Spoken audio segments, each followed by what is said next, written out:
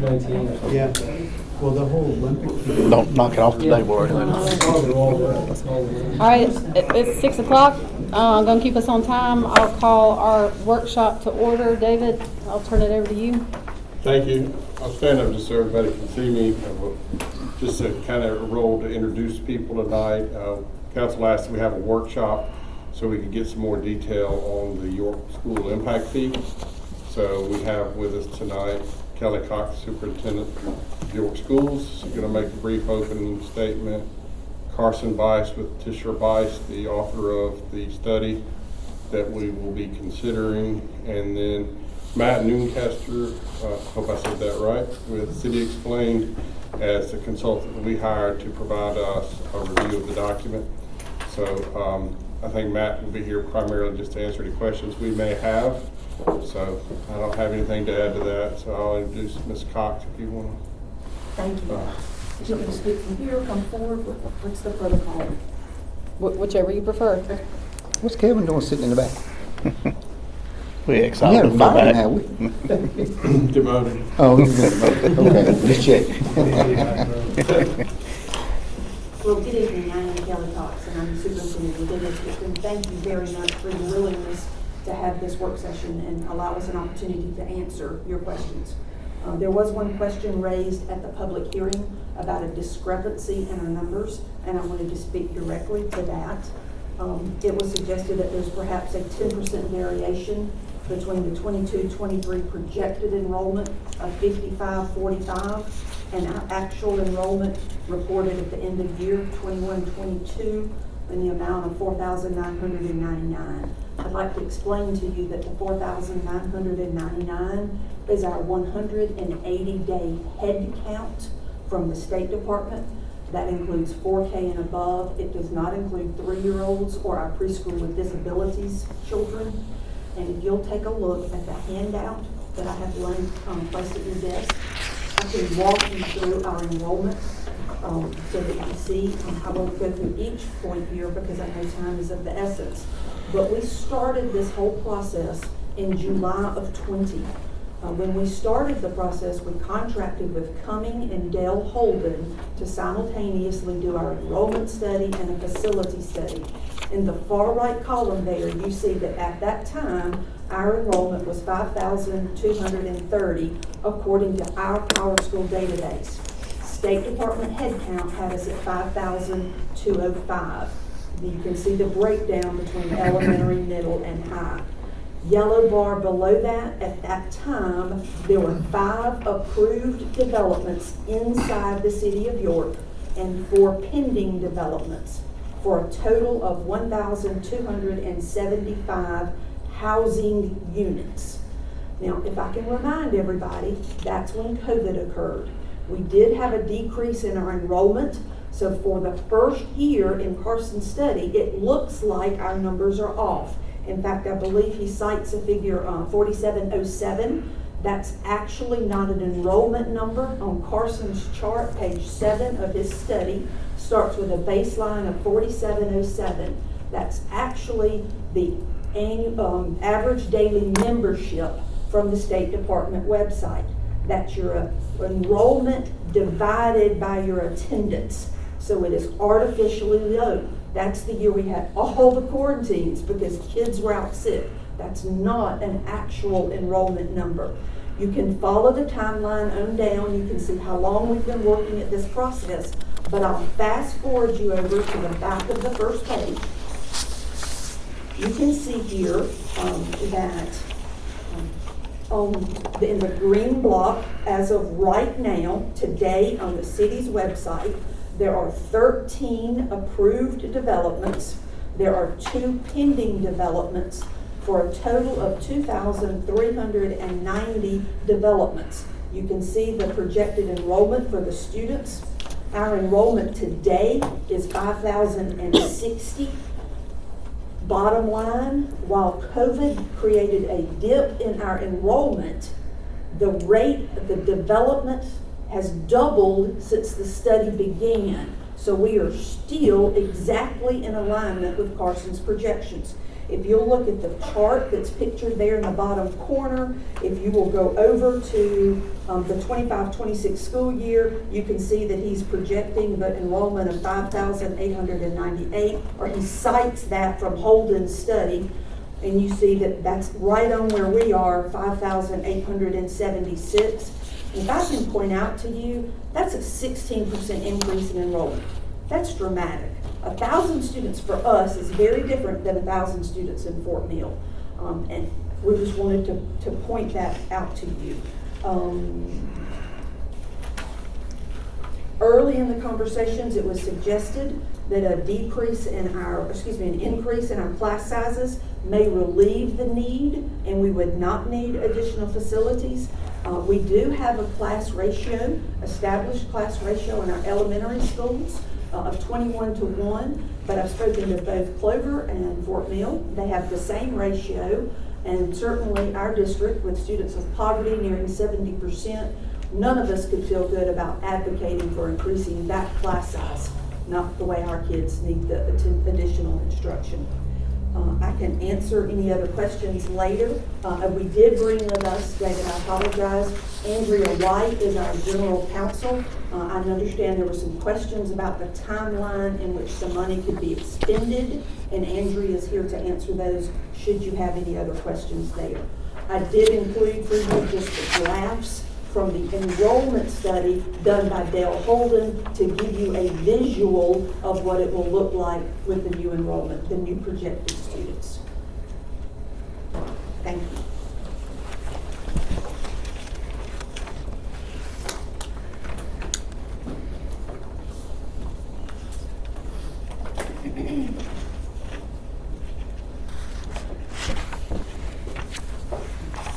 Thank you, Superintendent. Madam Chair, members of the council. Carson Bice with Tischler Bice. We focus on impact fees and infrastructure financing strategies, fiscal and economic impact analysis. We've done more of that type of work than anybody in the country. You can see here we've done a substantial amount of work in South Carolina, and we've appeared before this body before on 2 occasions. I'm not going to spend a whole lot of time on this. Everybody's aware of what impact fees are. They are a one-time payment to fund system improvements. There are 3 legal requirements that we need to meet, and so we need to show nexus or need, meaning that the district is going to grow, that growth is going to necessitate the need for additional classroom space. We have to show benefit, and that's primarily through the timing of the expenditure, meaning that we just can't collect money and sit on it for 10 or 15 years, and most impact fee acts are very specific about the time you have to spend the money. We also have to show proportionality, and that's why you'll see that the fee schedule is just not a residential fee. It varies by type of housing unit. And then with impact fees, we have to guard against new development paying twice, once through the fee itself, and then again through a future stream of revenue, whether that's dedicated revenue such as property or sales tax, or debt service payments on existing and future bond issues. So the proposed school impact fees for York County have the following cost components: construction of additional brick and mortar classroom space only for K-8 school levels. We are not advocating for a high school impact fee at this time. Also includes a component for land, central services space, as well as the activity buses that the district is responsible for purchasing themselves. We also gave credits for future payments on existing and likely future debt issues for additional K-8 classroom space. One of the first things we have to do as part of an impact fee study is determine the demand units. So with school impact fees, the demand units are public school age children by type of housing unit. If we were talking about transportation, it would be average daily vehicle trips, which we may turn into vehicle miles of travel. And so in order to establish that proportionality, we looked at U.S. Census data from the public use micro sample data set, because we do not have the luxury of having geocoded student data that we could then link to GIS and determine the pupil generation rates. So this is the second best method, and you can see here that we have a single family rate of approximately half a student per housing unit. Multifamily is almost 0.38, meaning that for every 100 multifamily units, you would expect 38 school-age children in the system, and then mobile homes at 0.43. This shows the planned capacity projects. We have a new elementary school. The time frame is estimated between school year 25 and school year 30. The cost is approximately $50 million. It would add an additional student stations of 1,000. We also are planning a new middle school during the same time frame at a cost of about $65 million. Another 100 student stations will be part of that. And that's how we also determined our cost per square foot, which is used in the impact fee calculations, $390 for elementary school and $410 for the middle school. We also have to get a land cost assumption. In our experience, the land cost assumption is the most controversial because you don't want to be speculative and speculate or guess what the school district will have to spend in a year or 2 or 3 or 4 for future land. So what we tend to do is be very conservative on this assumption and look at past land purchases.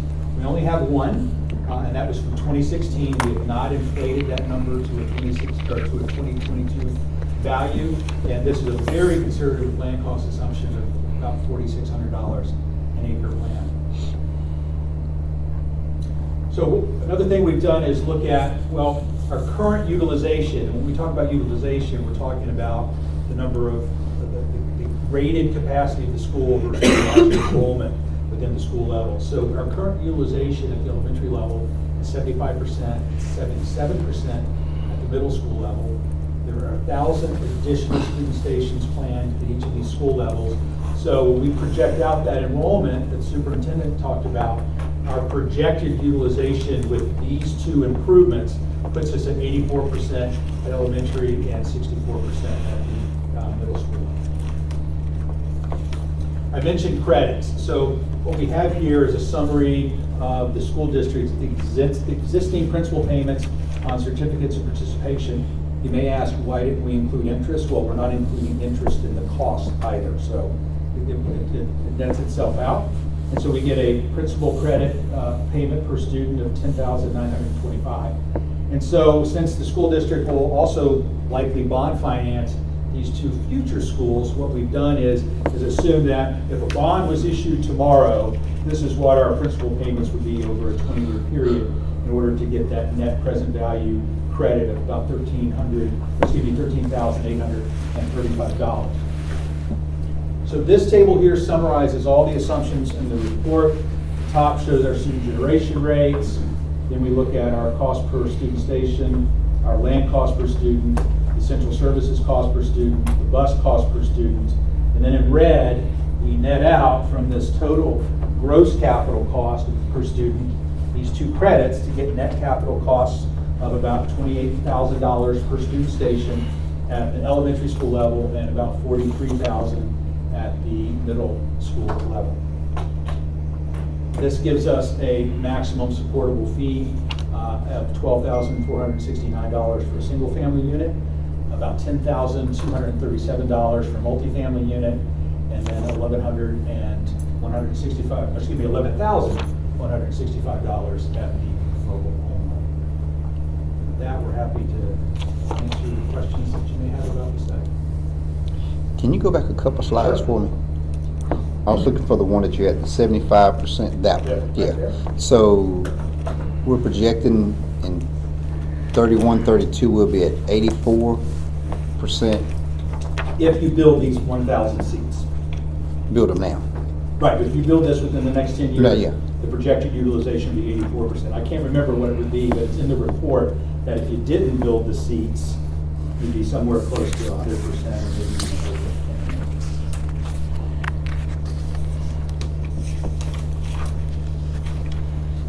So according to the enrollment projections, it was about 2026, you said 16% increase? Yes, sir. That puts it at 93% by 2026? No, that's over the entire district is a 16% Okay. increase. Right, and again, this does Gotcha. not include the high schools. Okay. In that report that you got from Dale, is he including the impact of apartments from within that study? A head count per apartment? Yes. He is including. Yes, sir. Okay. And I'll just throw this in. We do a lot of school impact fees. And Dale is the most accurate demographer that we've worked with. Dale, And it's, yeah. it's very difficult to project school enrollment because you've got several layers. You've got recycling existing households, you've got the growth within the jurisdiction, then you've got the new growth on top of that. And he does a very good job. Yeah, Dale did all of ours, and his predictions were spot on, absolutely spot on. And you're using these impact fees, you're coming up with these numbers based on the amount of students that's added? No, and that's a common misconception. The method that we use for school impact fees is what we call a consumption-based or an incremental expansion method. It's very similar to like parks. If you look at the number of acres you have in your park system compared to the number of people that you have in the community, you get this level of service standard, let's say 3.5 acres per 1,000. It's the same thing with schools. We're looking at, if we look at our system, at elementary and middle school system, we look at what is the average size of a student station, how much land do we have per student, and then we look at, well, what does it cost us to buy an acre of land, what does it cost us to build a new school? And so it's not a plan-based approach where we say, so I know there was considerable confusion when we did the Fort Mill School District, that if you're gonna build 4 schools, that we somehow said, here's the cost of the 4 schools, here's the projected enrollments increase, and there's your fee. No, the school impact fees are never gonna pay for 100% of the Fort Mill schools. It's just the growth share, because you're gonna have recycling of existing houses and growth from within the population that you have here. So it's really just calculating their share.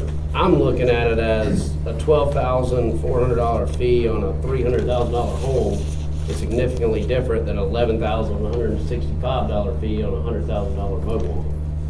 That's where I'm trying to figure out where that number comes from.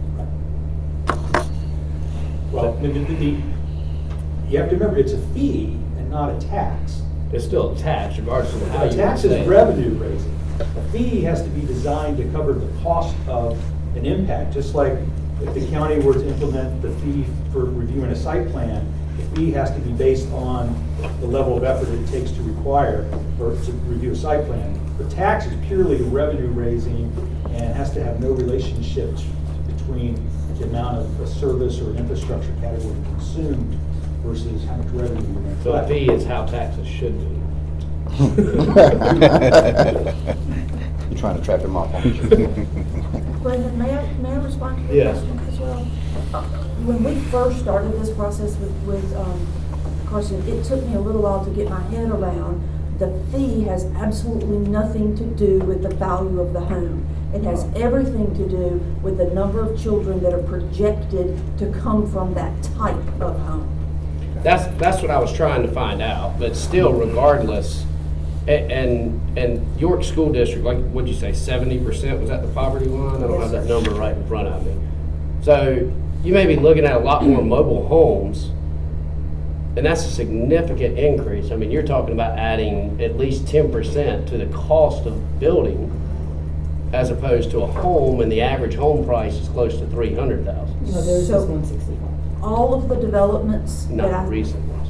all of the developments that I spoke of, the 2,300 units, those start in the 300,000s inside York town limits. So we're not even talking about, in terms of the developments that have been approved, I'm not talking about $100,000 homes or mobile homes. Everything that's been approved so far is 300 and up. Right. But that was kind of where I was wondering about the impact fee. Just because I just don't, people that are only paying $100,000, I just don't see it being as high. I understand the impact of it. What other questions can I answer? So we do absolutely nothing right now. And in, what you said, how many years we're looking at 16%? Yes, sir. If you look at this chart right here, you can see that if we do absolutely nothing by 25, 26, I will not have range on my elementary children. And I'll be almost completely out of range on my middle school children. In the time frame to build an elementary school, middle school. 36 months is what we've been told. So, on page 14 of our report, if the district were to build no additional elementary capacity, in school year 31-32, the elementary system would be at 117%. And the middle school would be at 99%. If I can speak to that, that's a little confusing, because right now we have an odd grade configuration. We run through 4th grade in our elementary schools. Then we have 1, 5, 6 intermediate school and 1, 7, 8 middle school. I did include this graph for you here, where the blue line and the red line never meet. We think we are terribly underutilizing our intermediate school. So we want to perhaps look at changing grade structure and allow this to become a middle school so that we're not needing as much new facility. We're trying very hard to be responsible, as physically responsible as we can possibly be.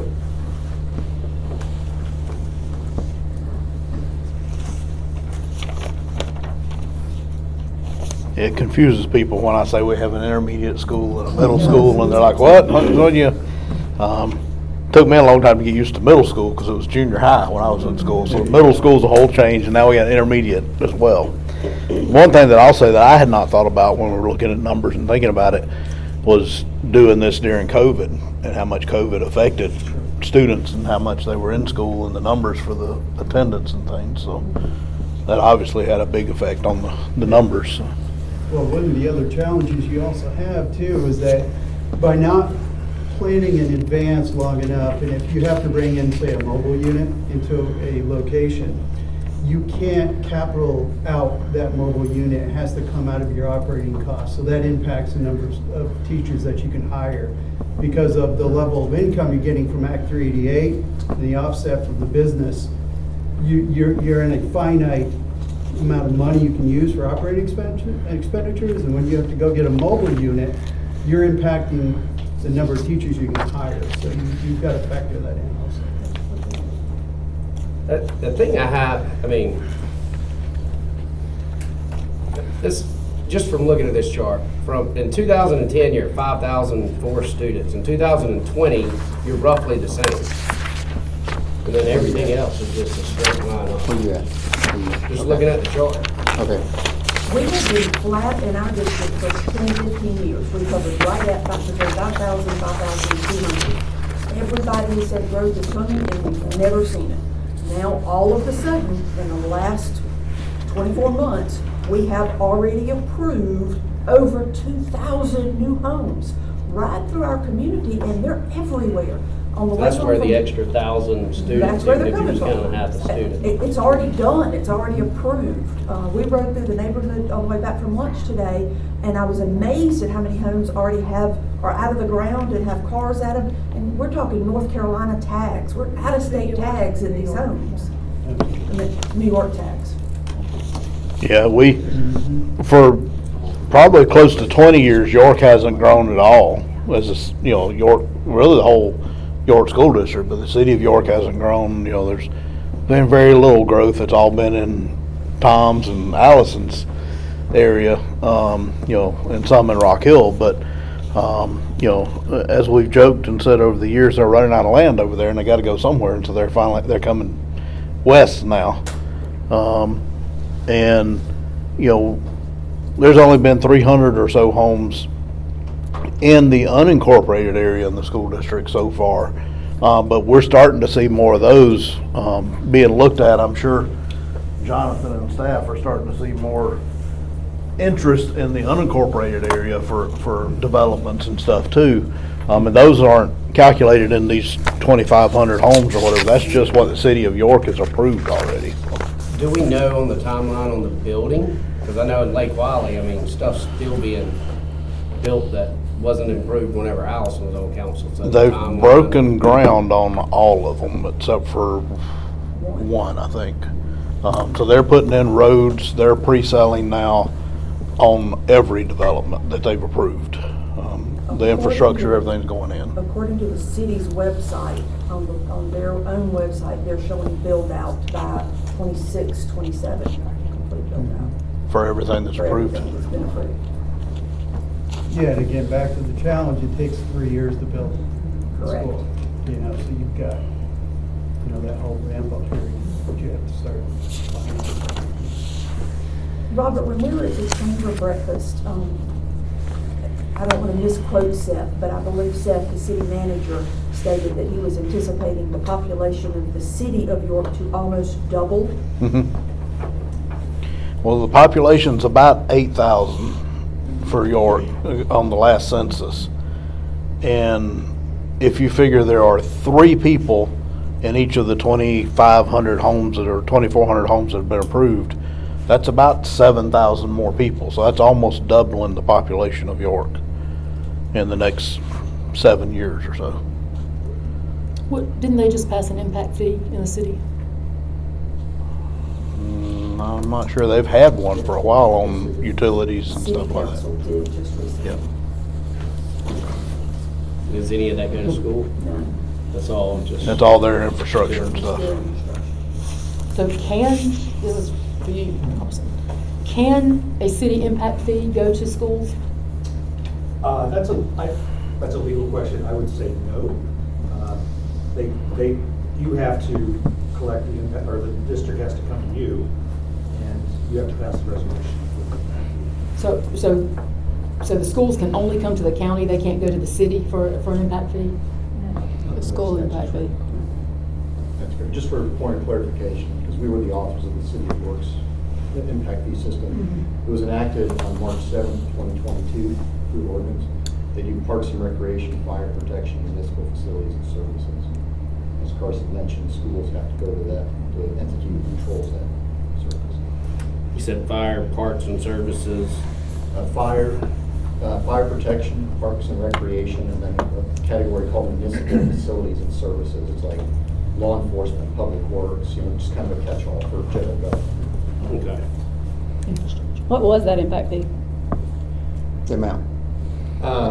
Well, it's varied and proportionate based on either persons per household, or we used employee space ratios to do it. What's a single family? I'd want to look to make sure, but our study found that you could be anywhere around like the $2,500 mark was about where we were at. But again, the council was allowed to adopt discount rates, so I want to go back and exactly check what Can we get a discount copy, rates. can we get a copy of that from you? Sure. But let's just use 2,500 for an example, if you think it might be that. That's on a single-family home that's built, is that what that, on a new single-family home? So what happens is at the time they pull a building permit, they're told how much it's going to be. And before they can get a certificate of occupancy to fill that home, they have to pay the impact. So they're paying 2,500 there, and they would be paying the additional 12,000 that we're talking about here. That'd be layered. Yeah. Only in the municipality. In the city. Yeah, only in the city of York. Now, you said something about to ensure the impact fee is not double taxed. And you use sales tax as an example. So if there's ever, say, a penny to go towards schools or anything put up, does that eliminate the impact fees? No, and credits are an interesting concept. Really, it depends on how you use the money. So if you have a dedicated sales tax, and as part of the referendum, it is dedicated to school capacity, you would have to give a credit in the methodology for that sales tax. For instance, this happens in Florida all the time, because Florida is the big school impact fee state. And like in Pasco County, one of our clients there, for years, their penny for Pasco was going to schools. The last referendum they went strictly to technology. And so legally, we don't have to give a credit, because you're not using it for capacity. We did give a credit because it was a way to artificially reduce the fee. Gotcha. So with the elementary and middle school, we're looking at about $115 million to build these two. Yes, sir. Any idea of, over the life of the impact fee, which is it 3 years or 4 years to collect? There's confusion everywhere we go in South Carolina about that as well. Most state impact fee acts say that you've got X number of years to spend the money, like in Arizona, you've got 10 years to spend the money. In South Carolina, it states that you've got 3 years from the date of the planned expenditure. So if the school board says, hey, we're gonna build an elementary school in year 2026, you have to have had to complete that school by 2029. Or I would argue, have made substantial progress. So if we say we're gonna start building in '26, when's the collection date start? Because Starts, hypothetically, if the county council adopted the fee, the interlocal agreements were in place, you started collecting tomorrow, so you can collect that fee. A lot of people are confused, they think that if I pay the fee tomorrow, you have to spend my dollars within 3 years. no, I would think Yeah, that you it would be just the have to- life of the impact fee. Right. Well, the life of the impact fee could be 7, 8, 10 years. Usually, it's a 10-year window. And it takes a while for the impact fees to build up enough for the school district to use it for something. Right, and it's really a cash flow issue. I mean, a lot of communities with non-school impact fees get themselves into trouble because they never spend the money because they say, well, we don't have enough to build a park. Well, you were never gonna have enough to build a park with impact fees, so you're gonna maybe pay $4 billion as a down payment, bond finance the rest, impact fees help you retire that debt. Can you retire debt with the impact fees? I would argue, well, in South Carolina, it's up in the air right now. Most states, you can use debt, you can retire debt with impact fees, but that's a question that's come up specific to the Fort Mill impact fee, so it has been tested, and we have the school district attorney probably can shed more light on that than I can. But if you had the school on there paying that debt, like just going towards one school would be, I would imagine would be significantly different than paying off old debt. Sure. Because of the Fort Mill lawsuit and the concerns there, and the ordinance that our board passed that has come forward before you, we have specific language that says we cannot use the impact fee to pay down existing debt. We're just staying clear of that entire debate. Okay. In- Bringing future debt, right? I'm sorry? Bringing future debt, right? We're on with the future, yes, sir. How much do you Well, I project think it'll, it's- how much do you project with the $115 million need? How much do you anticipate with the projections that you've done of revenue to be generated from the impact fee? I don't have that number off the top of my head, my I guess is do. about $35 million. It's 38, it's Okay, right at yeah, 38. yeah. So again, yeah, there's this misconception that you can say, hey, we need 115 million, New Growth's gonna pay for all of it. No, we're just paying for a portion. It just keeps the school district from having to impose that much larger of a tax. It's like a supplement. So out of the supplement. 50.6 million, you're looking at getting 38 million. Out of 115 million. impact. Yes, sir. And And given our community, y'all know who we are, you know, we're a proud community, but and our folks support our schools. But they're already taxed, and we would, any way that we can keep that bond, a potential bond from being any higher than it has to be, that's why we're pursuing this, as well as our businesses. Yeah. They're totally overtaxed since the passing Oh, of yeah. Act 388. I hear from the small business people a Absolutely. lot in District 3 that the taxes they pay, because they're the only ones you can put it on. Well, Yeah. they're paying capital and they're paying operating, you know, and then there's an 8% additional millage opportunity with the businesses. So it's a double impact, so. It's like that everywhere. Based on the school's projections, and based on, we can't go back and tax the people that are already breaking ground on the homes, the schools are gonna be filled up with or without the impact fee within, what was it, 2026? That's what we're anticipating, yes, sir. The fee's assessed at the time the building permit is pulled, is that right? So even those approved, as long as the building permits haven't been pulled yet, you still can capture that? We have suggested an implementation date, I think of mid-February, February 1st, something like that. Because we still have intergovernmental agreements we've got to get worked out with the local jurisdictions. When does the school district anticipate doing a bond referendum? So we have the window in the study between 25 and 30 because the board has not actually approved the final plan. Quite honestly, finances are a factor, and it will depend on what this impact fee comes in, the amount that we have access to. We know we can't overburden our taxpayers. As much as they support the schools, our millage right now, our debt service millage is the third highest in the state, because the value of our meal is only $116,000. You have to go up so many meals to realize the revenue that you need. Are there any assurances that a future bond referendum would only include these two schools and not try to capture something else? For instance, this. Assurances in that is our intent, but we've not put anything in writing anywhere. I suppose we could, if that's what we needed to do. And more than likely, I think Kevin would agree with this. By the time we get all this done and you get the plans in place and start building, hopefully the cost of building might be a little less than what we're talking about right now. I mean, there's going to be a slowdown in the economy here. I don't know if that's gonna lower the cost of building. You can throw Yeah, that, but just throw that wish over in the middle of that floor over there right about now. So, the recession's coming. It's going to slow everything down. and my questions are kind of all over the place, but they're just individual little questions. So in your study, you stated that you were using a 3.50 rate, percent interest rate, but your calculations are actually 3.25. Which page are you on? I'm just going from my notes. So I don't know exactly what page that's on because I didn't mark that. But so in the example, you state that you're using a 3.5% interest rate, but in your calculation, it's actually 3.25. Oh, okay, I see. I'd like that to be corrected. But the other issue is that interest rates are now over 7%. So I would like to see what this looks like with a 7%.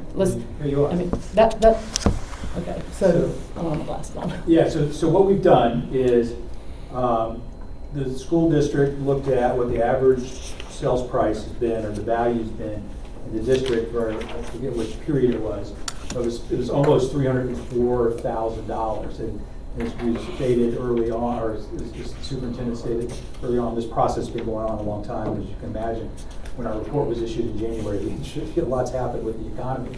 So we've just done some scenarios here with a $303,000 purchase price versus $400,000 purchase price. Also dropped the down payment from 20% to 10%, and then also changed the interest rate to 6%.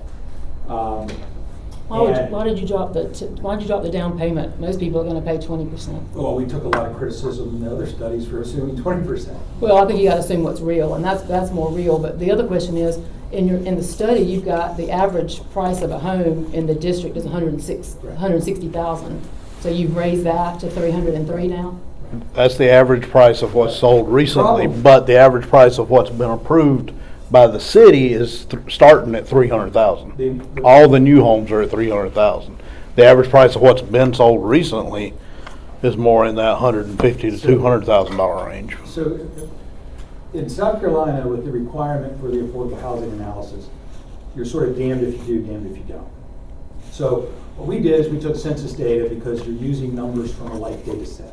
Okay, we took a lot of heat from that because everybody knows that the incomes are greater than what's shown in the census data, and everybody knows that the purchase price of a new home in the district is larger than the median household. Now, if we'd have gone out on a limb and said, okay, let's assume $303,000, we'd now have to assume an income, and then we're going to get criticized for whatever income assumption we come up with. So, from my perspective, working on these around the country, people focus on, well, what's the bottom line? And that is, what's the monthly increase? And it doesn't depend on the house price because the fee amount is the same regardless of the purchase price of the house. And so if you were to adopt the full impact fee amount of the $12,000 and change, at these terms, it changes the mortgage by $96. Well, the price of you're right. The prices are if you base it on the price. There was one sentence in there that you just said that bothers me a little bit, and that is, the percentage rate for somebody in a $160,000 home, and there are still those being built, is a lot more. You can't just look at that number and go, well, it's only going to cost this person, another $30. I mean, Right, it depends on how much you put down, it depends on the interest rate. Well, you used an average in your study of, I mean, you used, is this the first time we're seeing this? Yeah, this is just what we've done since we've heard feedback from the planning commission, so we just did some of our own analysis. I'd like to know where you've got those $160,000 homes being built, because my children are looking for Well, one ask somewhere in them, that because range right it's now. in their study right there. That was their average 160,000. before all this came along, yeah. Yeah, so here's just a couple of more concerns. So the 350 versus the 325 in the original study, I want nothing more than to be able to have confidence in these studies, but historically, I haven't seen that. I haven't been able to be confident. So when I see you state 350, 3.5%, and you use 3.25 in your formula, that concerns me. And now I come to a meeting when we're expected to maybe approve this before we ever saw this, and the price of the average home has gone from 160 to 303. That concerns me. We should have had this maybe Monday night, because the planning commission saw this certainly before we got to that point. The planning commission's not seen this. That was a recommendation. That's my point. That's my point. So the other part of this is that when you talk about the cost burden, with your base at $160,000, the cost burden was 31.5%. That's without the impact fee. When you add the impact fee, it jumps to 33.2%. That's a big cost burden for somebody. I mean, I look at Western York County and I go, here's the largest footprint in the county. And people are moving there. People are wanting to move there to escape what's happened in Fort Mill and Lake Wylie. And so they get there, and the unincorporated area of the county has only approved 213 homes. Only 213 permits have been approved. So it's very disheartening to me to see that the city of York has somewhat caused this problem, yet we are penalizing the people who live out in Smyrna and Hickory Grove and McConnell's with this impact fee that's, quite frankly, I don't believe is warranted out in that area. So, I mean, it bothers me. And so, when you go to the higher percentage rates, when we get up to a 6.5, which it was a couple weeks ago, then we're looking at a cost burden of 38.2%, and with an impact fee, it's 40.5%. I mean, this council has talked about affordable housing. I don't see this as, we talk about we want to support small business, and we talk about we want affordable housing. We've yet to do anything for small businesses, and we're about to do something that's going to be a detriment to affordable housing. I understand the schools, and listen, trust me, I hate what's happening to schools, but I also hate what's happening to residents who are looking to build in Western York County, and people that are already on their current land who want to build a house. And I mean, let me see if I got any more questions in here. I probably do. I do have a question when it comes to credits and exemptions. Is there a carve out for developments that are purely or that covenant restricted to a certain age group? You've got that included? The state act addresses that, and typically, even regardless of the state act addresses that, if you are in an age-restricted community, meaning deed restricted and not marketed toward a certain demographic, then you would be exempt from the school. Are there, I know that there are rules that you can place, but I think to Allison's point, what about credits or allowing credits for folks like, for instance, who purchase or who buy a home in the unincorporated areas and their lots are 5 acres or more? I mean, they're basically doing a favor because they aren't doing 5 houses, which would then create, what I'm seeing, the reason for this is the one-to-one. Can you make a distinction in that respect or give a credit? Well, again, I'm not an attorney, but I can tell you from experience that the problem with exemptions is you get into equal protection issues. You have to treat everybody equal, right? Now, there are exemptions or waivers you can do for certain policy issues like affordable housing or economic development. Typically, the rule of thumb is, for instance, if you to waive a transportation impact fee, let's say for a BMW plant or something like that, ideally you're making yourself whole through another revenue source. You're just not forgiving whatever that impact fee amount would be. So the simple answer is no. We can't say if you're in a subdivision you have to pay the impact fee, but if you're on a rural lot, or density 1 to 5, no, you don't have to pay it.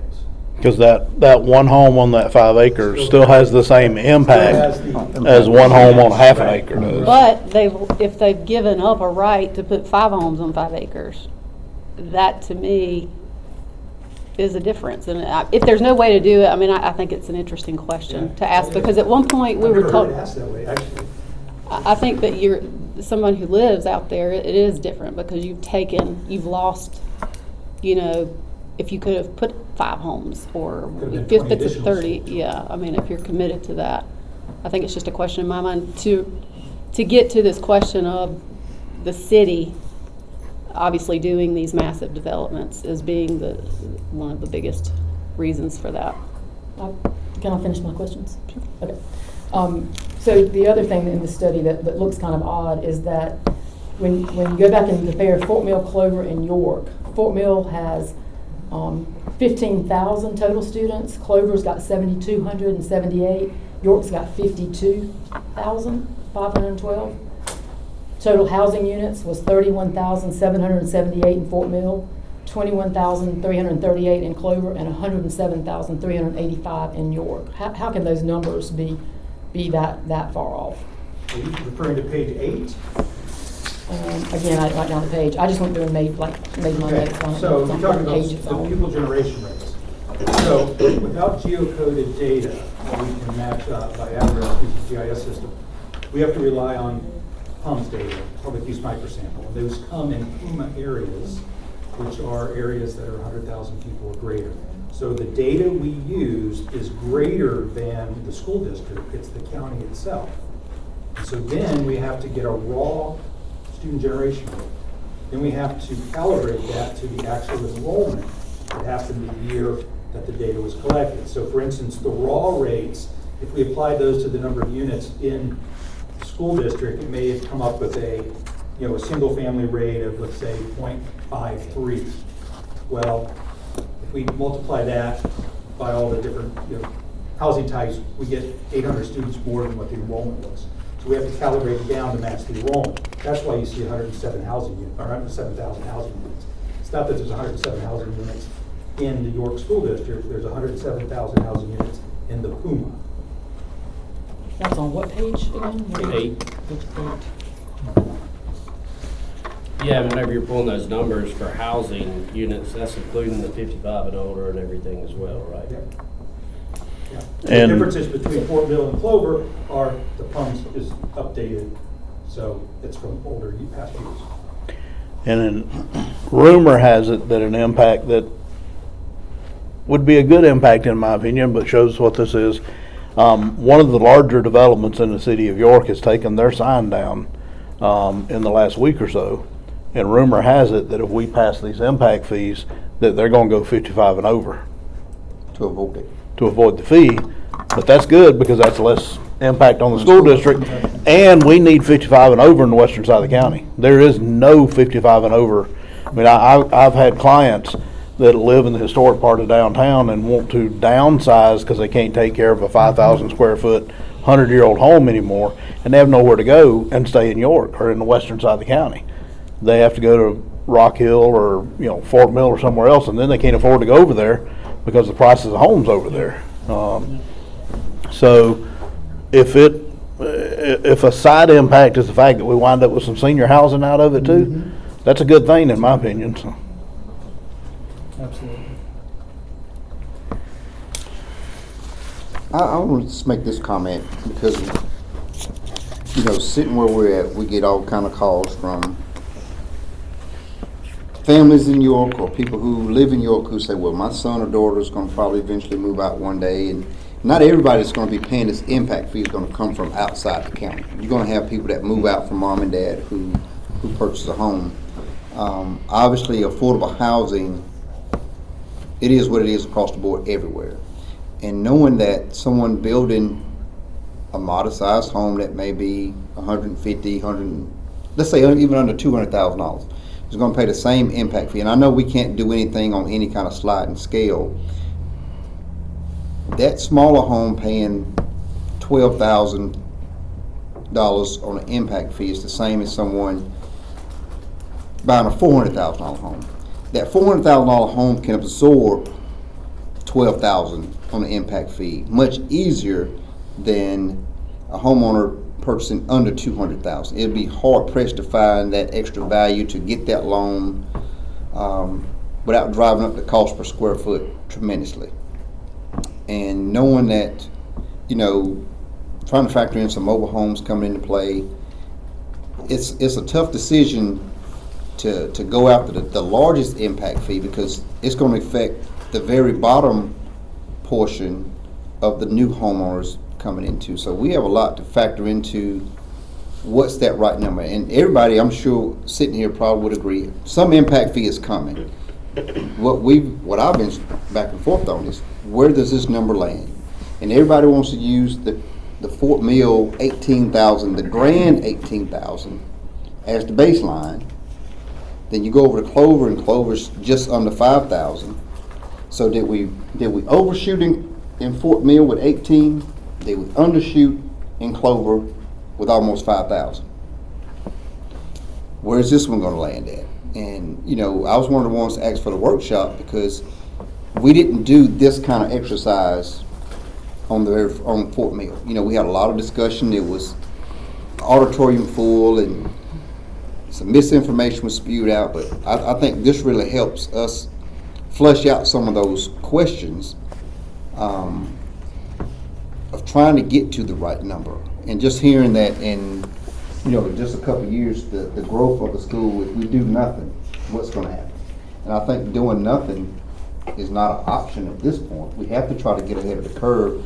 And I think having this conversation now, knowing the time frame it takes to build schools, where we'll be at if we don't do anything, versus the Fort Mill situation. I think when the Fort Mill impact fee came along, it's like their back was against the wall, like right then and there.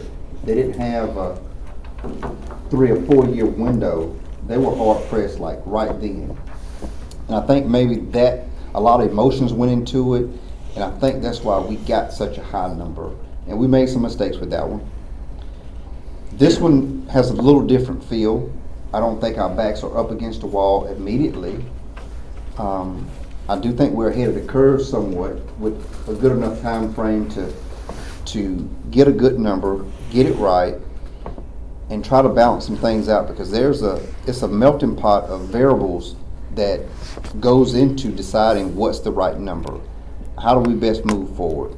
And my goal is to get it right. You know, I don't want to look back in 3-4 years and say, man, we really, you know, we didn't consider that, or we overshot, or we undershot.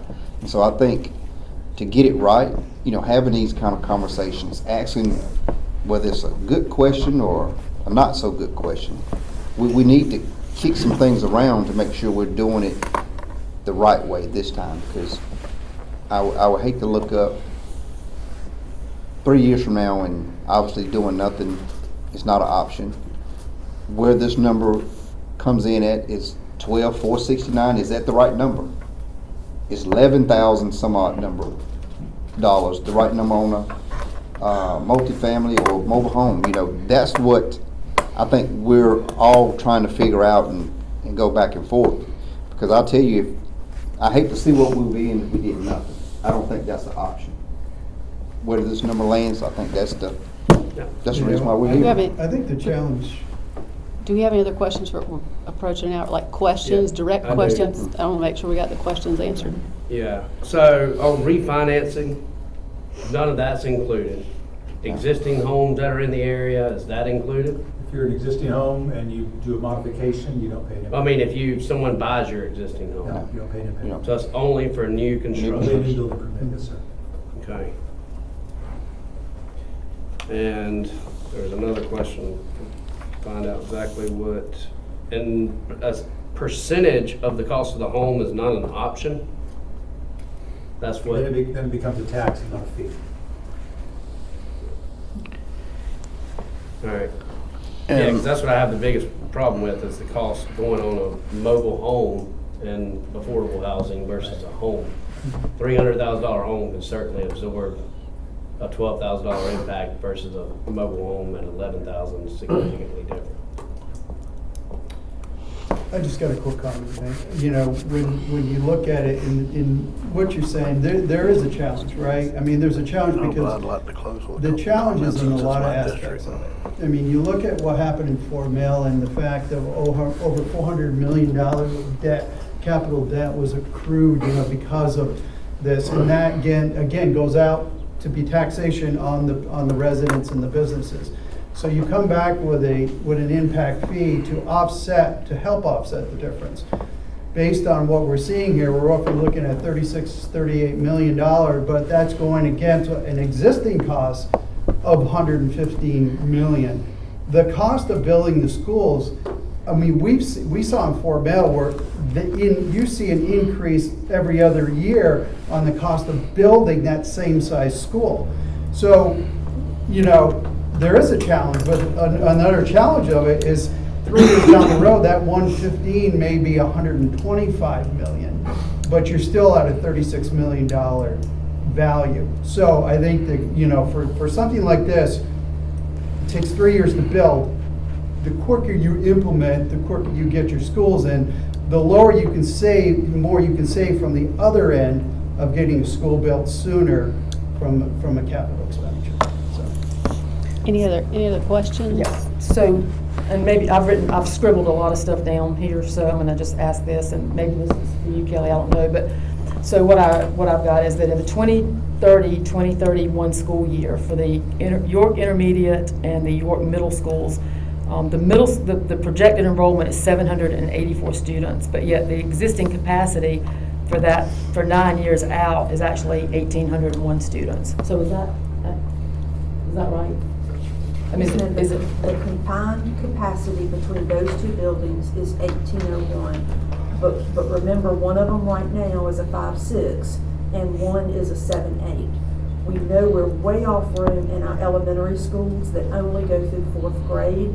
So part of the consideration that we have had is to convert the elementaries back to true elementary, going through 5th grade, so that then the intermediate and the middle can become 2 6-8 middle schools, therefore addressing this need.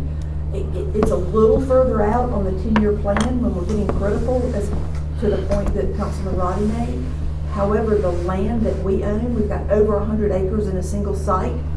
Our construction consultant has said that there are cost savings that can be realized by doing both sites simultaneously. That's why we're wanting to go ahead and address that. We're really trying to be fiscally responsible. We're probably the most conservative district in the county, y'all. Yeah. We can stretch a penny. And that's what we're trying to do. We're trying really hard to not hurt our taxpayers. And ultimately, it's your decision. And You're also very different. You're very different from Fort Mill. Absolutely. You're very different from half the Clover District because Absolutely. your millage only brings in a small amount. That's You right. don't have the base for That's the right. millage that you need. So I do understand that, but I just wanted to, and I hate that we have our backs to y'all. It's like not like comfortable at all, but but I just wanted to ask that question because it looks like that 10 years out, based on what we're looking, the numbers that we're looking at, that 10 years out, there's still capacity in that combined,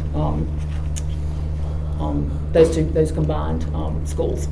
so there's capacity in one and not the other. Okay. And they're 2 different grade spans, so that's why I'm considering them in conjunction. Okay. Any other questions that we have of the consultant, just for the folks here who are the public? The purpose of this was for council to be able to ask questions of the proposed plan that's been put forward. The public hearing where everyone has an opportunity to speak will be at the meeting Monday night. And so I don't want anyone to feel like they don't get a chance to speak or don't get a chance to ask anything. It's purely an opportunity for council to ask their questions. I do have one last question. In Lancaster, I haven't paid attention, but did they do something different? But they were able to split and allow the Panhandle to assess a different amount than the other? Yeah, so, and that's an issue that you typically get into when a school district is contiguous with the county. And in York, it's very, or excuse me, again, York, very different, you got all these different school systems. So there you had to separate out the Panhandle from the rest of the county in order to meet the benefit test, because otherwise you're collecting, you know, if you're only building, let's say, 10 homes in the south, you're collecting a fee there and then using it to build capacity of the Panhandle that these folks don't benefit from. So that's why it's set up that way. So, but it's one school district? Yeah. And was there an assessment at all on the southern part of Lancaster? Nope. There wasn't one Not at all? for schools, not for schools. Could there have been a And we distinction? would not recommend this because they're not building capacity in the south. So there's no benefit. But can there be could there be a distinction between incorporated versus unincorporated impact? We talked about that with both Clover, Fort Mill, and York, and the districts are so small that with the way you redistrict and just the size, everybody benefits from the capacity, so it really doesn't make sense. Okay. And can I add one comment? Because what we're really talking about here is the fee amounts, and the affordable housing issue really is an implementation step. And the South Carolina impact fee is unique in that it does allow for an exemption of all or part of the fee for an affordable housing project. So that's really an implementation issue relative to establishing, for instance, that if you want to consider housing under a certain price point or mobile homes or exempt, some or all, those are really policy discussions that are part of the implementation of the fee. So if we said a home under 180,000 wouldn't pay the impact fee, we could pass something on council that I think you along need to- those lines? I think you need to talk to your attorney. Okay. First, because typically when you exempt a use, it's in support of some sort of goal, whether it's affordable housing, economic development, et cetera. Right. And so I think you need some guidance. I think you'd also need to establish a policy for entertaining those types of exemptions, because, I mean, I get it. We're dealing with affordability issues everywhere we're working. And so I just wanted to just throw that out there because, you know, there are options. Do you have anything to add to that? I just have 2 points. One is, I would get the attorneys involved in that interpretation, because the part I don't like about the act is it does also say if the fee is paid for by another source. So it's not really breaking the fee, it's just deciding how you're gonna pay for it, if you get a sponsor or, you know, something. Sometimes it might be the county who's a sponsor, but, so that, there's a little bit of devil in the details on that. The other thing is, just because this is an official meeting, for the minutes, I just wanted to clarify for the city of York, I did find your numbers for you. So for a single-family home, they charge $3,623 for a single-family. The impact fee? The Impact fee. Okay. 3,600? $3,623. And that was for law enforcement, fire. It's for Yeah. Parks and Recreation, fire protection, and then that catch-all that you mentioned combined. Now, these impact fees will affect Only incorporated and unincorporated. No, just in the Only city. for The city of schools. Rockville. Well, for schools, City, yeah, yeah. so you For layer, schools would be- you layer Yeah. inside the set, inside, yeah. For an apartment or condominium, it's $2,250. And for a mobile home, it's $2,373. What was that one? $2,373. And just to hit the point, because we struggled with this at the city discussion as well, is you try to create the system that you feel is most just. At the same time, you have to protect yourself from lawsuit that the person who's paying the fee expects everyone else to have a proportionate share in the system, be fair. That's where sometimes what you're intending to do creates other consequences that you have to balance. So that's sort of where you're at. I just want to make sure, since it's an official meeting, you have the official numbers. So y'all allow mobile homes in the city? There are some existing ones already there, but I don't know that there's a zoning that allows them to put new ones in the city, mobile homes. There's a bunch of existing ones, but I don't know of any of their zoning that allows new ones in there. And just for the record, in the packet that we have submitted to the county, city council has written you all a letter of support for the impact fees, just for your awareness. Well, of course they have. What's going through all homes? Okay, so let's go back to this chart right here for just a second. I mean, don't we all agree that 20% down payment is much more real All I know is when we did Fort Mill, that was one of the things they named in the lawsuit, was we used 20%. And it should have been 5 or 10. I think whenever you're looking at lower, the higher the cost of the home, more likely, I think people are willing to put in 20%. But once you start looking at lower homes, first-time home buyers, most of them aren't coming in at 20%. Yeah. They probably Many- come many- in To 10. put in 3 Yeah. to 10%, whatever they Yeah. can. Right. And I think that's right. And where, tell me where the average purchase price comes from? You guys Almost collected permitted. that from, Yes, so in his original study, he used, Carson, correct me, your census data for that number, okay? When we listened to the planning commission, there was some concern that you cannot purchase a house for that value in York, so they wanted to see the scenario with a more realistic starting point. So Ms. Hagner and I looked at the homes that have sold since we started this referendum process, and that's the average of the home value in York since we started this process. I said referendum, I meant. Is that averaged with I mean, that's since you started, so that's a particular timeline, or is that averaged with the average 160 that Carson Weiss used? It is the average of the permits pulled since the impact fee process has started. Gotcha. So that number is Should be pretty accurate. no, Yeah. so, Should be pretty It's pretty accurate for what's going on now. Yeah, if they pulled Yeah. it based on the building permit. Yeah.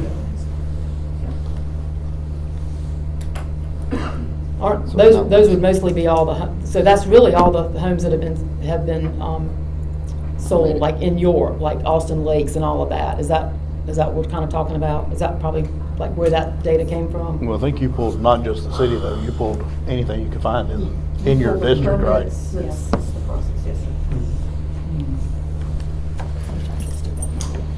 There goes my dream of moving to Shaver. At least you say it right. It's not so Yeah, it's not. Any other questions? Going once? Going twice? All right. What is the best way for, if council has other questions, I think we have the benefit of, if we think of something that we need to ask that pertains to the plan, how do we funnel that? How do y'all want us to do that so that we all get the benefit of the information? Send them to the superintendent, and she can forward to me, and we run them back through them. All right. One more thing. When you started, did you say that this does not include interest? I don't have my glasses on, so I have to apologize, but I really can't see without them. I thought I could, but, so what the total cost, does that include interest or not? Is that- 6%. So it's- okay, 6%. 6%, okay. The people still have to pay that interest on the impact fee, right?